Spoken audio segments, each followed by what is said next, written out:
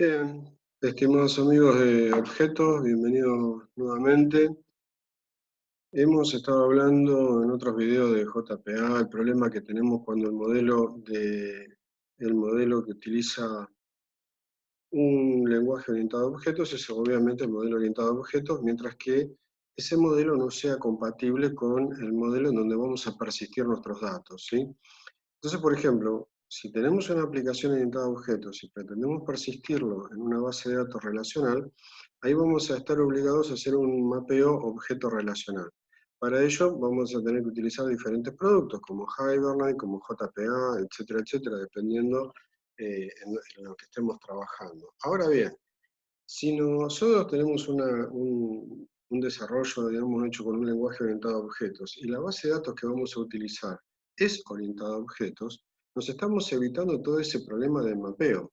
Entonces, directamente es cuestión de utilizar una API para persistir nuestros objetos directamente. Nos evitamos todo ese problema del mapeo objeto relacional y viceversa, ¿no? El ir y venir a la base de datos. Esa es una de las principales ventajas de las bases de datos orientadas a objetos, que nosotros en esta asignatura la vamos a considerar dentro de las bases de datos no SQL, porque para trabajar con una base de datos orientada a objetos, cada una tiene su API propia para comunicarse, para trabajar, y en general no están asociadas con el lenguaje de SQL. No podemos hacer un select asterisco from cliente para traer una colección de clientes, digamos, ¿no? Vamos a tener que aprender a utilizar una API. Nosotros habíamos propuesto utilizar DB for Objects. Es una base de datos orientada a objetos.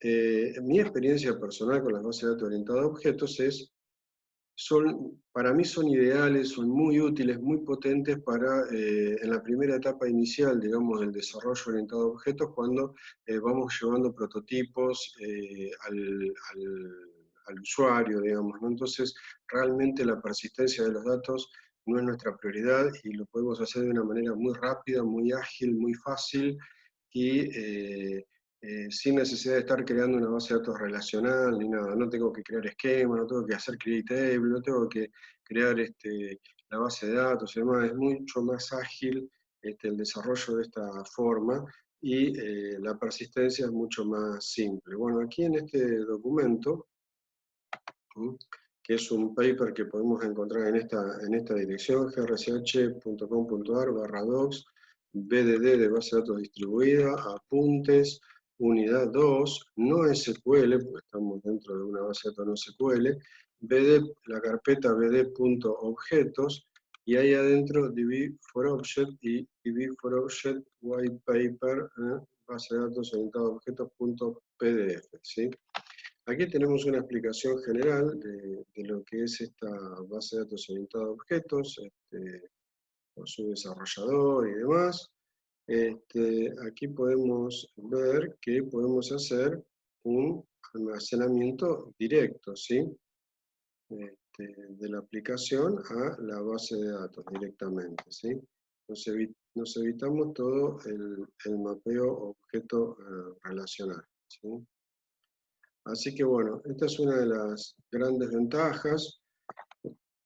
Una de las ventajas puede ser que, bueno, digamos, hoy en día no, por lo menos en las experiencias que he tenido yo, no significa que no existan productos que por ahí estén a la altura, pero la mayoría de las bases de datos orientadas a objetos que he visto, la cuestión se complica bastante cuando tenemos alta concurrencia de usuarios y un número de tuplas realmente, un número de objetos, en este caso muy grande para almacenar. No obstante, para aplicaciones pequeñas me parece que es eh, una alternativa bastante interesante. DB4Object puede trabajar tanto como servidor, podemos levantar un servidor DB4Object y podemos hacer que clientes se comuniquen a ese servidor. Por supuesto que la seguridad es muy básica, solamente con una clave nada más se entra, no existe el concepto de usuario, claves, roles, bueno, en fin, todo lo que tiene una base de datos. Es decir, a nivel de seguridad es bastante más débil. Se puede utilizar un encriptador, digamos, se puede encriptar el contenido de la base de datos de DB4Object, y si no, lo normal es ejecutarlo en forma embebida, digamos, en una aplicación, y hacer la comunicación nosotros armamos un servidor aparte, si lo quisiéramos hacer una implementación profesional, o bien directamente usarlo embebido desde nuestra aplicación como para un prototipo, digamos, para el usuario final. Bueno, en la carpeta esta que podemos ver bien claramente acá la dirección dentro del servidor grch.com.ar, en /docs y este pad, yo subí ahí 3 proyectos de V4Object, el 1, el 2 y el 3, con un montón de operaciones y altas y bajas y modificaciones y formas de almacenar objetos simples y objetos un poco más complejos, cuando por ejemplo tenemos factura, detalle, etc. Porque te puede almacenar todo el árbol, digamos, de relaciones de objetos. Hay que configurar el V4Object para eso, pero es posible hacerlo. Entonces pueden utilizar esos proyectos, los descargan y son proyectos BlueJ que pueden trabajar. Bien, ¿qué vamos a necesitar? Bueno, vamos a necesitar la librería de V4Object, que básicamente si lo vamos a correr es un jar embebido que tenemos que poner, digamos, dentro de nuestra aplicación, ¿sí? Acá tenemos el tutorial. Bien, les voy a subir acá también las librerías, porque estoy viendo que me parece que no están disponibles en esta carpeta. Les voy a subir también las librerías necesarias para poder trabajar con DB4Object, así que no las encuentro, no las veo aquí en este momento. Así que la vamos a subir. Bueno, vamos a ver, por ejemplo, el proyecto DB4Object 2.02, es este proyecto, que acá tenemos utilicé una clase calle donde fui almacenando la lista de clientes y de productos que hay, y luego interactivamente en una interfaz muy simple, muy básica, digamos, como para, simplemente no era el objeto de la interfaz, sino simplemente probar la base de datos orientada a objetos para ver cómo funcionaba. Lo primero es tener las librerías apropiadas, ¿sí? Que las vamos a subir luego. Porque estoy viendo que la página de donde yo las había descargado originalmente de V4Object ya no está más disponible, así que por suerte tengo copia de todo esto, así que la vamos a subir. Aquí está la versión 8, estábamos usando de V4Object. Vamos a necesitar esta librería como mínimo, que es db4object 8lib, db4.8, bueno, todo esto, alljar5.jar. Y esta otra que está acá, también opcionalmente la pueden utilizar. Esta es la que les comentaba yo que servía para encriptar la base de datos. Pero bueno, con esta es suficiente, ¿sí? Bien, tenemos que tener cargado esa referencia para poder recompilar todo esto. Después otra cuestión bastante importante a la hora de usar todo esto y evitar renegar unas buenas horas es que el BlueJ lo vamos a utilizar como para poder ver el contenido de las clases, compilar, hacer el código y demás. Pero para poder ejecutar el código recomiendo que utilicen la línea de comando. Yo estoy usando Linux, obviamente, pero creo que en Windows la situación es la misma. Observen que todos tengan los permisos apropiados, ¿no? Porque hoy, por ejemplo, descomprimí, teníamos mal el permiso acá en este archivo, no sé por qué había quedado así, que casualmente es el archivo de la base de datos. Bueno, ahí lo renombré yo en este momento. Bueno, no importa. Pero, si ustedes se fijan, cuando descomprimen estos proyectos, generalmente yo le agrego un archivito star.sh. Ese star.sh obviamente es el script para ejecutar la aplicación. Esto lo van a tener que hacerse un BAT o un CMD para Windows y lo van a correr, pero básicamente la línea de comandos es java-cp, van a tener que indicar el camino al .jar de db4object y van a ejecutar a main, ¿sí? Bien, yo voy a recompilar y voy a ejecutar. ¿Por qué?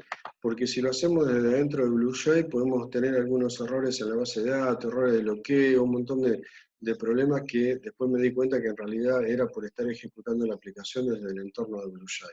Si lo hacemos realmente de línea de comando nos evitamos todos estos problemas. Así que vamos a poner ./start.sh .sh para evitar problemas, y si hay algún problema, verlo aquí. Ahí arrancó sin ningún problema la aplicación. Tengo dos clientes cargados, dos productos cargados. Y esta aplicación me permite crear nuevas facturas, por ejemplo la factura número 1, monto total voy a poner 1000 pesos. ¿No? Bien, vamos a ver, me permite la factura número 1, perfecto, ahí me tiró la factura número 1 con... bien, vamos a agregar otra factura, factura número 2, monto, vamos a poner 2000 pesos, estamos, vamos a editar la factura, el contenido de la factura número 2, bien, factura 1 de 1000, factura 2 de 2000, perfecto. Ahí podemos ver los datos cómo se van armando, digamos, en nuestra base de orientada a objetos. Bueno, acá nos va a permitir imprimir datos de productos y demás. Bueno, nos va, digamos, es bastante, no es muy buena la interfaz gráfica que tiene, pero bueno, por lo menos nos va a permitir jugar un rato con esto y ver que podemos, evidentemente, persistir los datos dentro de una base de datos orientada a objetos, ¿sí? Vamos a ver un poco cómo es esto detrás de la interfaz gráfica. Vamos a ver que gran parte del código está metido todo en la clase útil. La clase view es para armar la interfaz gráfica, ¿sí? Main lo que va a hacer es, bueno, aquí está indicado esto que les comentaba, el problema de BlueShape. Bueno, vamos a llamar init embebido, ¿sí? Set caché, load caché, bueno, la clase caché lo que hace es básicamente guardar una única instancia de una lista de clientes y de productos, es decir, a medida que vamos agregando clientes y productos, esas listas se van agregando, acumulando, y luego en la base de datos orientada a objetos persistimos esa lista en la base de datos, ¿sí? Y luego de eso, lo único que hacemos es mostrar este mensaje y creamos la vista, ¿sí?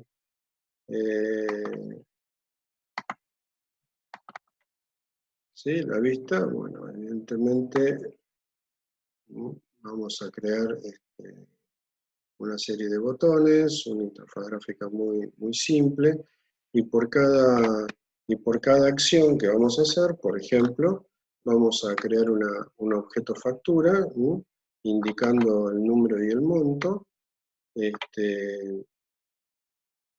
Agregamos esa factura al cliente y luego utilizamos util getDB store C, util getDB store F, util getDB commit, y ahí almacenamos todo. Es decir, almacenamos el objeto cliente, almacenamos el objeto factura y hacemos un commit.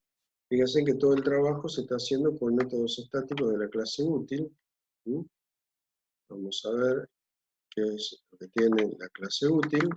Y aquí en la clase útil tenemos prácticamente todo el código relacionado con DB4Object.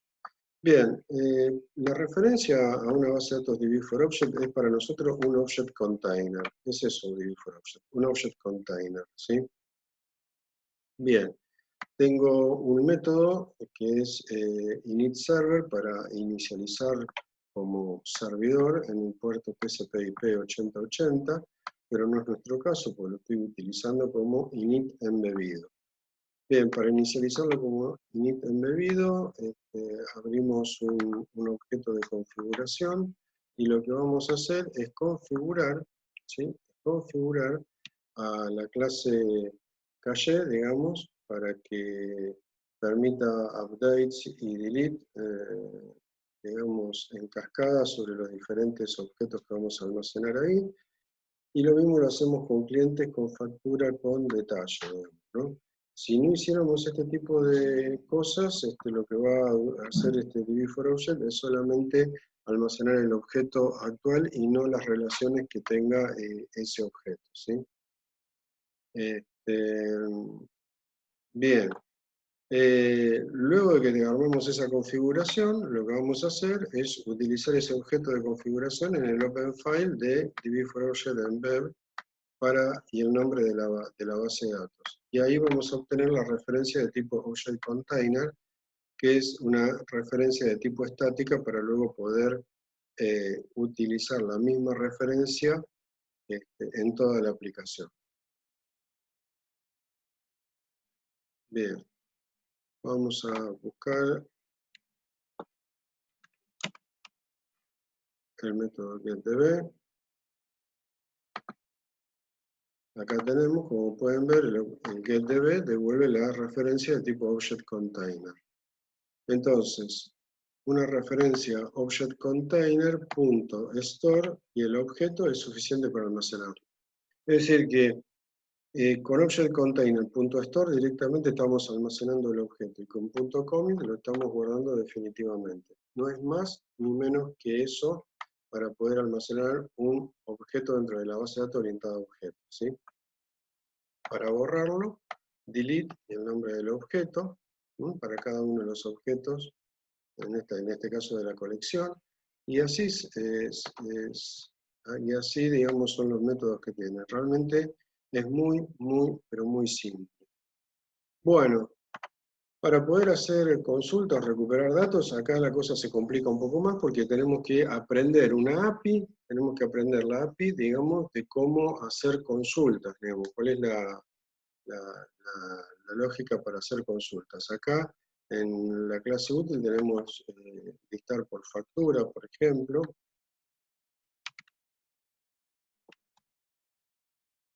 o por cliente, por nombre de producto, por producto, ¿no?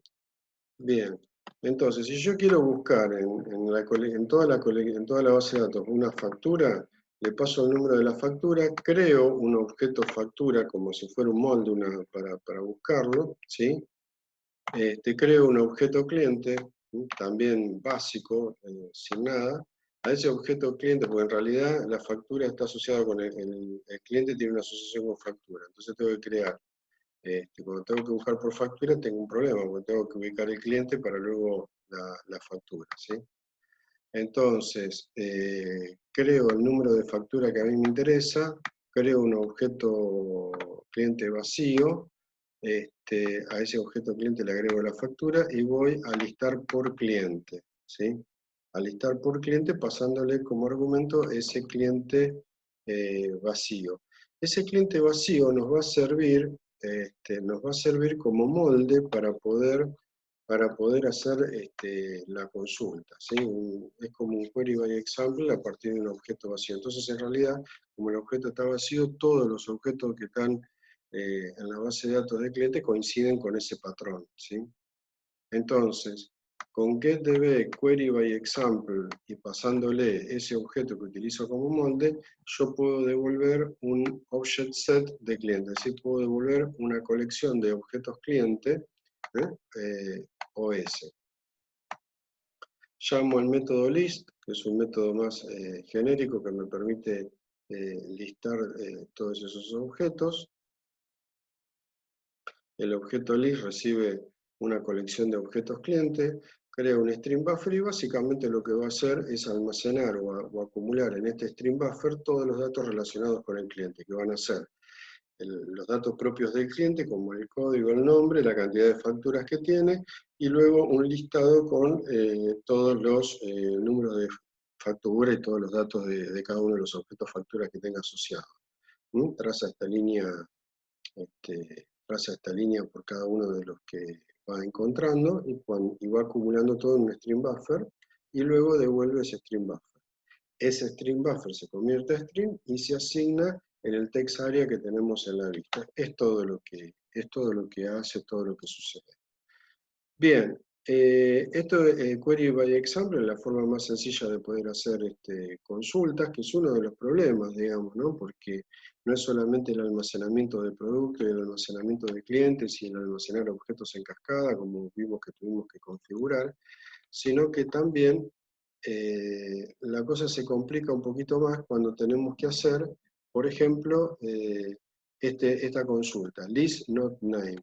Yo le paso un nombre y lo que pretendemos hacer acá es traer todos aquellos